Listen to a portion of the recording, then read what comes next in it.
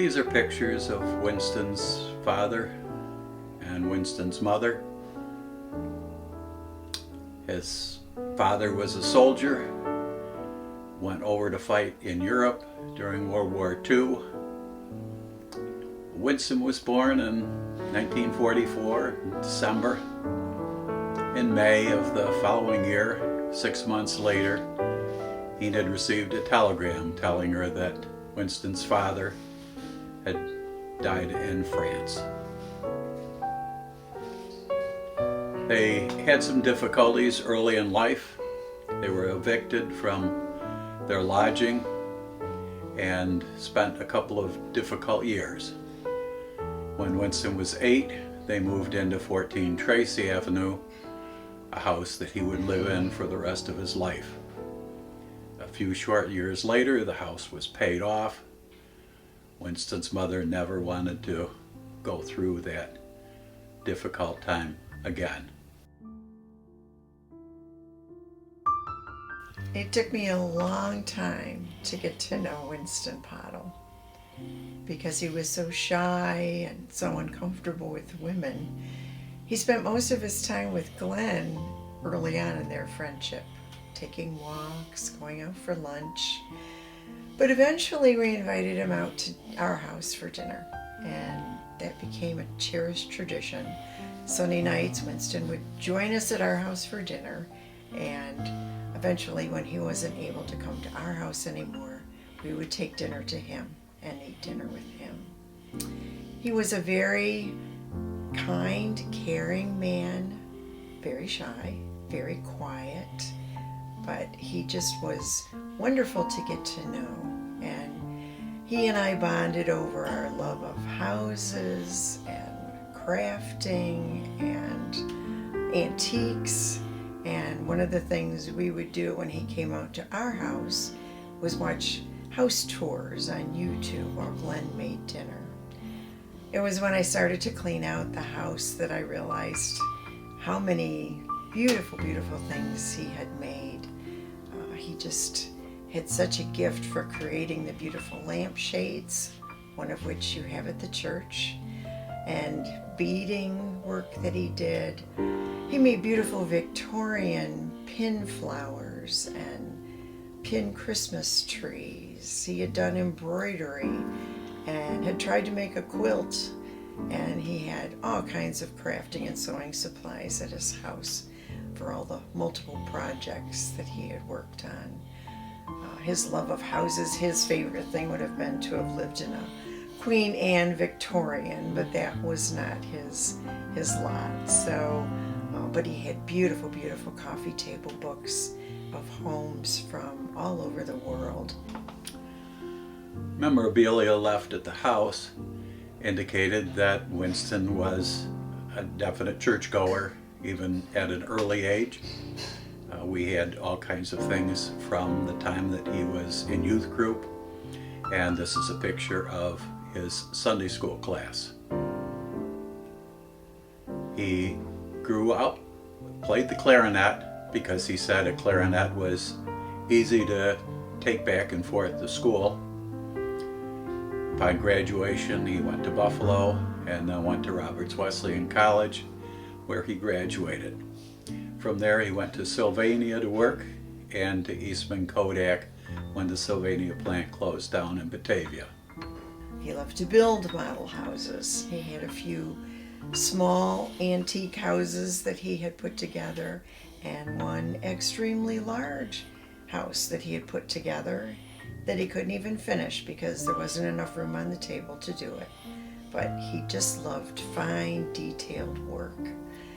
One other thing that really impressed me going through the house was multitudes of photographs, many of which were Winston with his husband or his father's family. Enid had made sure that he was very involved in his father's family. Even though he never knew his father, he grew up knowing his father's brothers and sisters, and they did many, many activities together, many holiday celebrations.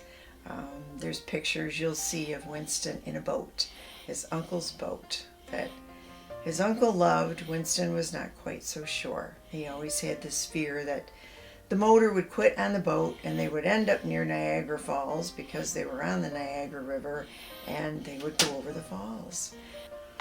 Winston loved the city of Batavia and the Batavia area. He knew the houses there. He knew when they were built. Very frequently when we would be going out for lunch, he would point to a house and tell me when that was built. And oh, they had a cupola on it, and the cupola was torn down in such and such a year. Oh, and all houses should have cupolas. And so I would always say to him, okay, well, we need to get one built in your house. Well, no, that's too much of a mess. And besides that, we don't have a way to get to the upper story. He was very much in love with his church and with the Lord. And he had many journal entries we found. Winston didn't keep journals. He wrote things on little pieces of paper and kept them in envelopes. Those were his journals. But he expressed a very deep love for God and, his feelings about how God must have felt about him. And it was a very deep but sometimes troubled relationship with the Lord. But he very much loved the church. I think there were many times that we just enjoyed talking to him. He was just such an interesting man. And as his health got worse, it was much more of a challenge for him and much more of a fear for him that, he would be alone. And he found friends at church. And he really enjoyed going out to lunch with the men. When Mickey started taking him out with some of the ladies for outings, and the time he was able to spend sometimes coming to coffee hours. He would come to Don and Corinne's house for lunch on the lake. And those times were really important to him. Even though he didn't say very much, he definitely enjoyed the companionship. And he put up with female caregivers, which was really challenging for him, but he developed good relationships with all of them and very much came to rely on their presence. As I got to know Winston, we spent a lot of time going out for lunch. I told him early on in our relationship that we needed to do lunch a week, and of course it always needed to be at a different restaurant.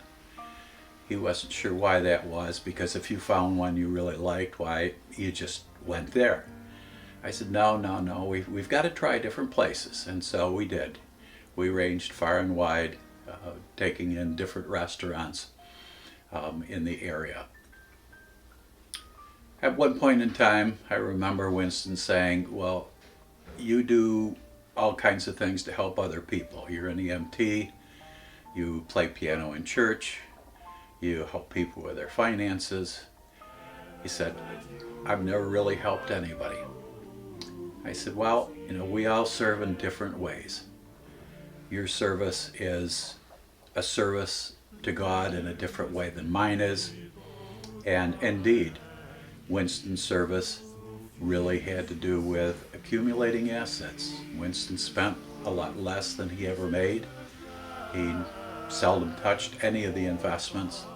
And as a result of that, Winston has left a legacy for the church for generations to come, donating to the church in excess of $3 million. When Winston's cousin's husband died, Winston stepped in to help. He would pay her mortgage and her property taxes for her, and did that up until his death. After his death, he also left some money for her so that she would have a monthly income.